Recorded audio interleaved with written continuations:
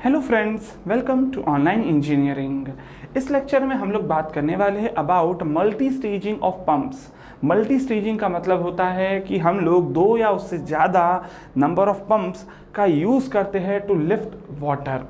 अब कैसे हम लोग पंप्स को कलेक्ट कर रहे हैं, इसी के अनुसार मल्टी स्टेजिंग भी टोटल दो तरह की हो सकती है। पहले तरह की जो मल्टी स्टेजिंग होती है that is known as the connection of pumps in series. अगर देखिए पंप्स को मैं सीरीज में दे रहा हूं, इसका क्या मतलब है? इसका मतलब है that outlet of one pump impeller is connected to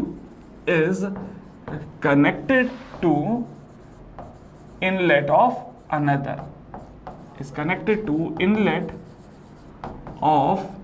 another pump. देखिए ये जो पर्टिकुलर तरीका है, अगर इसी को मैं डायग्राम वाइज शो करना चाहता हूं तो देखिए ये तो हो गया, मान लेते हैं संप। फिर यहां पर हमने फर्स्ट पंप दिया, ठीक है, ये मान लेता हूं आई पीस, ठीक है। और यहाँ से जैसे ही सेकंड पंप का आउटलेट है, इधर हमने दे दिया हमारे सेकंड पंप का आई पीस, सो यहाँ से आउटलेट। फिर उसके बाद ये थर्ड पंप। तो देखिए ये जो तीन पंप्स है, ये तीनों ही पंप्स क्या कहलाएंगे? That will be in series, क्योंकि यहाँ पर एक का जो आउटलेट है वहाँ से हमने दूसरे का इनलेट दे दिया है। सो इधर से जो भी डिस्चार्ज आएगा, पहली बात तो यहाँ पर नोट करने वाली है कि जो भी डिस्चार्ज यहाँ से आएगा यही घूम कर इधर से एग्जिट करेगा की बात है कि क्योंकि ये जो पंप है ये कोई सोर्स ऑफ वाटर तो नहीं है, जितना आएगा उतना ही जाना पड़ेगा according to the continuity equation. यहाँ से अगर Q आया है तो पक्की बात है इधर से भी घूम के जब बाहर निकलेगा तो that will B also Q। Similarly यहाँ से भी घूम के जब बाहर निकलेगा और that will also be Q। इसका मतलब पहला एक पॉइंट यहाँ पर इंपॉर्टेंट, मैं ये नोट डाउन तो कर ही सकता हूँ that the discharge through each pump will remain constant. Discharge through each pump will remain constant,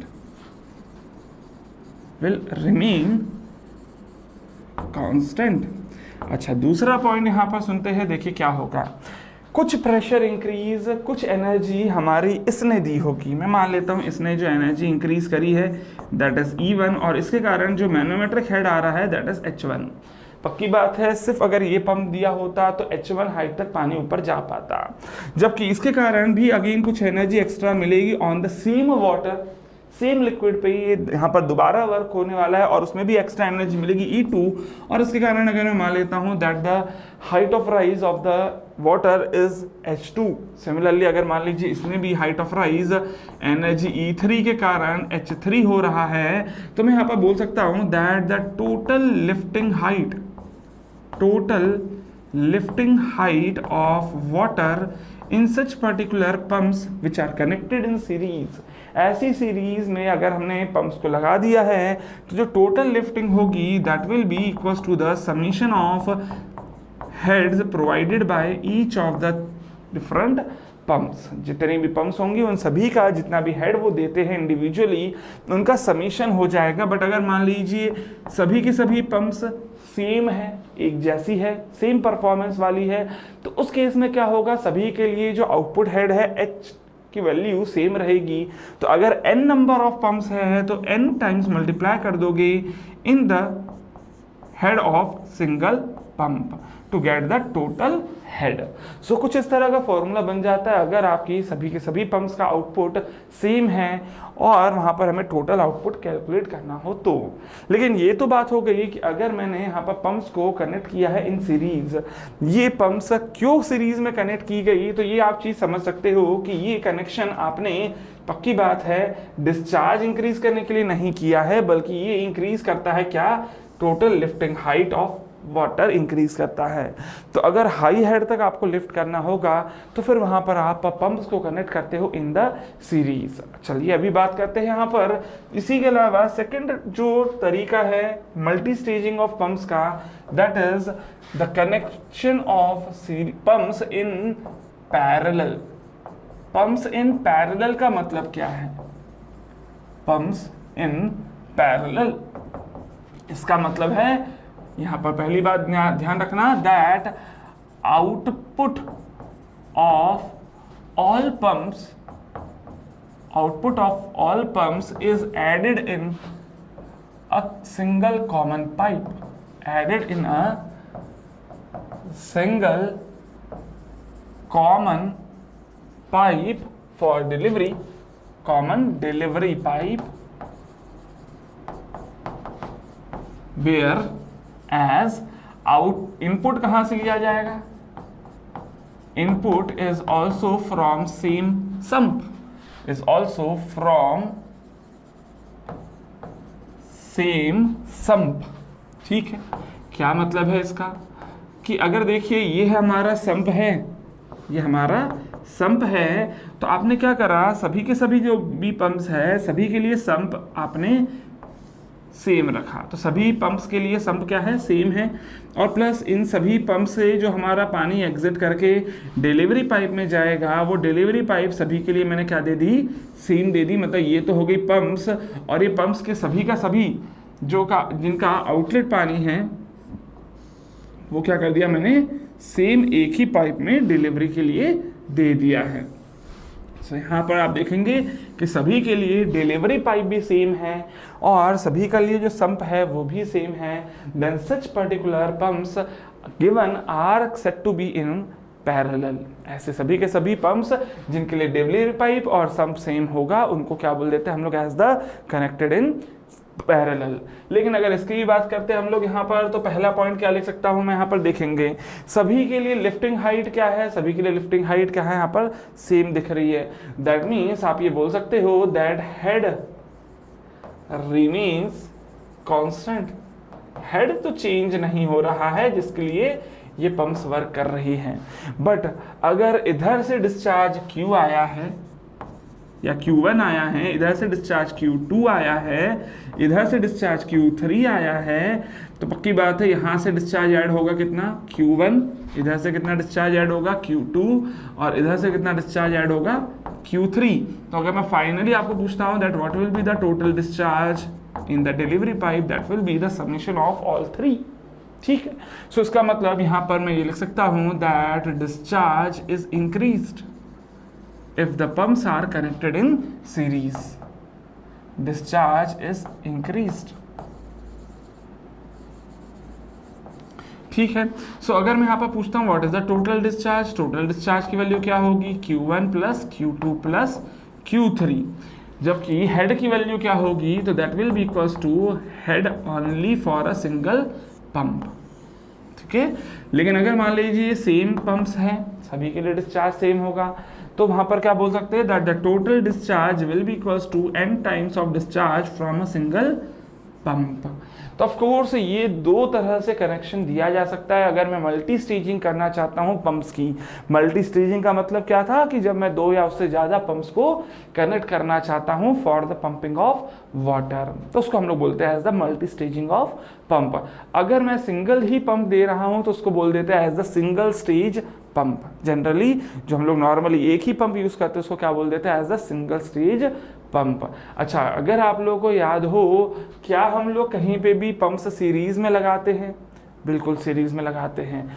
हम लोगों ने कई बार देखा होगा कि घरों में जब पानी सप्लाई होता है फ्रॉम द वाटर टैंक, वो काफ़ी कम रेट से आ रहा है अगर प्रेशर, तो हम लोग क्या करते हैं, जो हमारे फ्रेश वाटर का पानी है उसके नल में ही हम लोग पंप एक और लगा देते ताकि हम हमारे पर्सनल घर में ज़्यादा फोर्स से पानी खींच पाए। वो जो फ्रेश वाटर की सप्लाई है उसी में अगर आपने अपने घर पर एक्स्ट्रा पंप लगा दिया है then that will be the pump in series, क्योंकि यहाँ पर आपने क्या करा, यहाँ पर जो टोटल हेड मिल रहा है उसको आपने बढ़ा दिया, ताकि जो हेड कम हो गया था उसको आप बढ़ा दोगे, डिस्चार्ज वापस से मिल जाएगा। जबकि इसी के अलावा अगर मान लीजिए बिल्डिंग काफ़ी ज़्यादा ऊंची है तो फिर वहाँ पर जो आप दे रहे हो वहाँ पर भी क्या होगा, that will B also the pumps in series.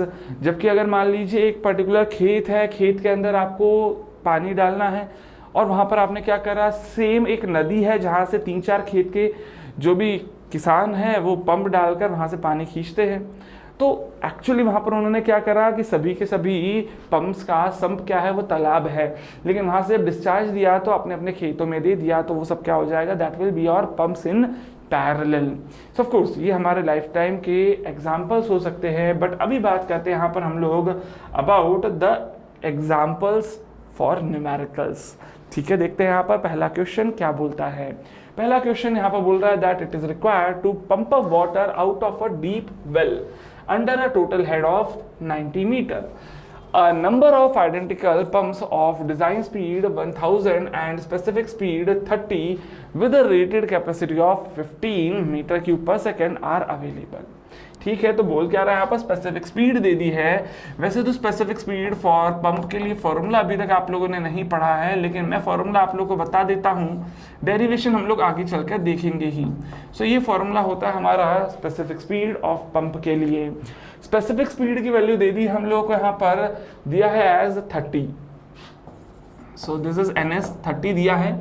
N की वैल्यू दे दी है, design speed is given as 1000 और डिस्चार्ज की वैल्यू देखेंगे क्वेश्चन में दिया हुआ है एज 0.15 और हेड की वैल्यू आप यहाँ से कैलकुलेट कर लेंगे, that will be the manometric head. ये जो हेड की वैल्यू है ये आ जाएगी हमारे पास इक्वल्स टू बी 30.28 मीटर। मेरे को पूछा क्या गया है कितने नंबर ऑफ पंप्स लगेंगे, सीरीज में दोगे कि पैरेलल में दोगे। देखो एक सिंगल पंप का जो मैनोमेट्रिक हेड है वो इतना है, मुझे यहाँ पर टोटल हेड रिक्वायर्ड पता है, H total required is given as 90 metre which is greater than H manometric of your single pump. इसका मतलब क्या है कि अगर हेड इंक्रीज करना है तो क्या करना पड़ेगा मेरे को, जो पंप्स है वो सीरीज में देनी पड़ेंगी। और अगर यहाँ पर पहली बात तो मैं लिख ही देता हूँ that pumps should be provided in series, but अगर सेम तरह की पंप्स हैं तो मुझे ये भी पता है that H total will be equals to H manometric of single pump into number of pumps. अगर सेम पंप्स दी गई है तो यहाँ पर टोटल कितना है 90 है, जबकि फिलहाल सिंगल के लिए कितना है manometric head that is 30.28 into number of pumps. Number of pumps यहाँ से कैलकुलेट करोगे तो that will be equals to 90 divided by 30.28 which will be equals to 3 pumps. Of course यहाँ पर 3 पंप देने हैं और किसमें देने हैं, सीरीज में देने हैं। दोनों ही आंसर्स यहाँ से आपको क्लियरली समझ में आ जाते हैं। चलिए खैर अभी आगे बढ़ते हैं नेक्स्ट क्वेश्चन की तरफ। अगला क्वेश्चन देखेंगे यहाँ पर, तो नेक्स्ट क्वेश्चन क्या बोल रहा है, A 3-stage centrifugal pump has impellers 400 mm in diameter and 20 mm wide at outlet। मतलब ये मेरे को क्या दे दिया है, D2 की वैल्यू दे दी है एज 0.4 मीटर और B2 की वैल्यू दे दी है हम लोगों को एज 0.02 मीटर। आगे बोल रहा है the wings are curved back at the outlet at 45 degree, मतलब ये वेन्स का आउटलेट एंगल दिया है 45 degree and reduce the circumferential area bye 10%। मतलब यहाँ पर जब मैं एरिया कैलकुलेट करूंगा फॉर द फ्लो तो उसको 90% ही बचेगा। आगे बोल रहा है मैनोमेट्रिक एफिशिएंसी की वैल्यू, ओवरऑल एफिशिएंसी की वैल्यू और Q की वैल्यू दे दी है हम लोगों को, N की वैल्यू भी दी है एज 1000 RPM। ठीक है, तो सबसे पहले देखेंगे यहाँ पर डिस्चार्ज की वैल्यू हम लोग को पता है कितनी दे दी है एज 0.05, लेकिन अगर डिस्चार्ज की बात करें हमारे पंप्स में तो फॉर्मूला आपको पता है एरिया इनटू वेलोसिटी होना चाहिए। सो एरिया क्या होगा, तो that will be equals to pi D2 into B2 into BF2। लेकिन इसमें साथ में क्या बोल रहा है कि 10% ब्लॉकेज है यहाँ पर, तो इसका सिर्फ 90% ही बच पाएगा फॉर द फ्लो। ठीक है, तो यहाँ से अगर मैं चलिए सारी वैल्यूज पुट करता हूँ 0.05 is equals to pi D2 की वैल्यू क्या दे दी है एज 0.4 इंटू B2 की वैल्यू क्या है तो 0.02 into 0.9 into VF2। So of course इस इक्वेशन को आप लोग सॉल्व करेंगे तो यहाँ से VF2 की वैल्यू मिल जाएगी and that will come up to be 2.21 metre per second. ठीक है, मेरे को पूछ कर रहा है यहाँ पर कि भाई कितना हेड जनरेट होगा बाय द पंप और पावर पूछ रहा है। सो ऑफ कोर्स मेरे को यहाँ पर VW2 की वैल्यू चाहिए रहेगी, U2 की वैल्यू चाहिए रहेगी फॉर द इम्पेलर पावर। तो U2 की वैल्यू क्या होगी, तो that will be equals to pi D2 into N by 60। अच्छा ये बताओ D2 की वैल्यू क्या है, तो that is given as 0.4, N की वैल्यू दे दी है हम लोग को 1000 डिवाइडेड बाय 60। इसको सॉल्व कर लेना तो यहाँ से U2 की वैल्यू आ जाएगी and that will come up to be 20.94 metre per second. ये तो आ गया यहाँ पर U2 की वैल्यू। अब मेरे को बात करना है VW2 के लिए, तो उसके लिए ये ट्रायंगल याद रखना होगा आपको। ट्रायंगल में क्या था, तो ये डिस्टेंस था U2, ये जो डिस्टेंस है that is your VW2, U2 पूरा यहाँ से यहाँ तक का था, और ये डिस्टेंस क्या है, दिस इज योर V2, ये VF2 और ये है हमारा VR2। ये एंगल पता है फाई, मुझे क्या चाहिए VW2 की वैल्यू। तो ऑफकोर्स इस ट्रायंगल में से आप देख सकते हो that tan phi is equals to क्या आ जाएगा, that will be equals to VF2 upon U2 minus VW2। सारी वैल्यूज पुट कर देते हैं। फाई की वैल्यू दे दी है क्वेश्चन में as 45 degree is equals to VF2 की वैल्यू पता है 2.21 है, U2 की वैल्यू पता है दैट इज 20.94 इंटू VW2। तो देखेंगे यहाँ पर 1045 की वैल्यू पता होती है आप लोगों को, VW2 की वैल्यू इजीली निकाल लेंगे and that will come up to be 18.32 metre per second. ये तो बात होगी हमारे VW2 की, ये 32 नहीं आएगा बल्कि ये आ जाना चाहिए हमारा 73। ठीक है, तो इसको ठीक है मैं करेक्ट कर लेता हूं। So that will come up to be 73। ठीक है, ठीक है, चलिए अभी आगे बढ़ते हैं। यहाँ पर ये तो हो गया हमारा VW2। अब ये क्यों निकाला है, उसका रीजन क्या है, तो देखिए यहाँ पर क्वेश्चन में बोल रहा है हेड जनरेटेड बाय पंप निकालना है, और ऑफ कोर्स मुझे यहाँ पर दे दिया है कौन कौन सी एफिशिएंसीज। एक एफिशिएंसी दी है देखिए मैनोमीटर की एफिशिएंसी, और दूसरी दी है overall efficiency. So of course अगर मैं यहाँ पर कैलकुलेट करता हूँ formula for manometric efficiency, formula क्या था मैनोमेट्रिक एफिशिएंसी का, eta manometric is equals to क्या है formula, G into H mano upon VW2 into U2। सारी वैल्यूज पता है। ईटा मैनोमेट्रिक की वैल्यू कितनी दे दी है क्वेश्चन में, वो चेक कर लेंगे। Eta manometric is given to be equals to 90%। ठीक है, तो 0.9 इधर लिख देता हूं, is equals to G into H manometric आपको कैलकुलेट करना है, जबकि VW2 की वैल्यू आपने निकाली अभी अभी कितनी आई, तो दैट इज इक्वल्स टू 18.73 और U2 की वैल्यू भी आपने निकाली यहाँ पर अभी अभी। U2 की वैल्यू ये लिखी यहाँ पर 20.94। सो ऑफ कोर्स इसमें से H मैनोमेट्रिक निकाल लेंगे and this will come up to be 35.98। ठीक है, लेकिन यहाँ पर ये ध्यान दीजिएगा ये तो सिंगल पंप के लिए है, जबकि क्वेश्चन ने मेरे को क्या बोल दिया है, ये लिखा हुआ है 3 स्टेज सेंट्रीफ्यूगल पंप। इसका मतलब यहाँ पर ध्यान दीजिएगा कि अगर मैं टोटल हेड निकालना चाहूंगा तो टोटल हेड क्या आएगा, total head will be equals to thrice of H manometric of single pump, so that will be equals to thrice of 35.98, और ये वैल्यू कैलकुलेट कर लोगी तो this will come up to be 107.94 metre. ये तो आ गया टोटल हेड, लेकिन यहाँ पर अगला देखेंगे तो मेरे को दिया है ईटा ओ। ठीक है, ईटा ओ क्या दिया है, ये तो height generated by the pump हो गया फर्स्ट पार्ट। शाफ्ट पावर पूछ रहा है, लेकिन ईटा ओ की वैल्यू क्या दे दी क्वेश्चन में as 80%। Eta O is equals to 0.8, लेकिन ये होगा क्या, तो this will be nothing but this is H manometric upon power. अच्छा, यहाँ पर ऊपर पावर लिखना चाहिए तो रो जी क्यू भी मल्टीप्लाई करेंगे तब जाके पावर की वैल्यू आ जाएगी। अच्छा चलो यहाँ पर बोलो 0.8 मुझे चाहिए क्या, तो मुझे चाहिए यहाँ पर शाफ्ट पावर की वैल्यू। तो मैं शाफ्ट पावर के लिए फॉर्मूला लिख सकता हूँ यहाँ पर, इसी को रो जी क्यू एच। रो की वैल्यू पता है 1000 है, जी की वैल्यू पता है 9.81 है, क्यू की वैल्यू क्वेश्चन में दी हुई है 0.05 है, 0.05, और H मैनोमेट्रिक की वैल्यू पता है हम लोगों को 107। अच्छा देखेंगे यहाँ पर मैंने Q की वैल्यू 0.05 ही ली है, क्योंकि मल्टी स्टेजिंग भी कर दोगे तो भी कोई यहाँ पर डिस्चार्ज में चेंज नहीं होगा सीरीज में अगर कनेक्टेड पाइप्स है तो। So that is divided by 0.8। तो यहाँ पर ध्यान दीजिएगा ये वैल्यू आ जाएगी आपकी वॉट में, इसको किलो वॉट में कन्वर्ट कर लेना and that will come up to be 66.17 kilo watt. So this will be the answer for second part of the question.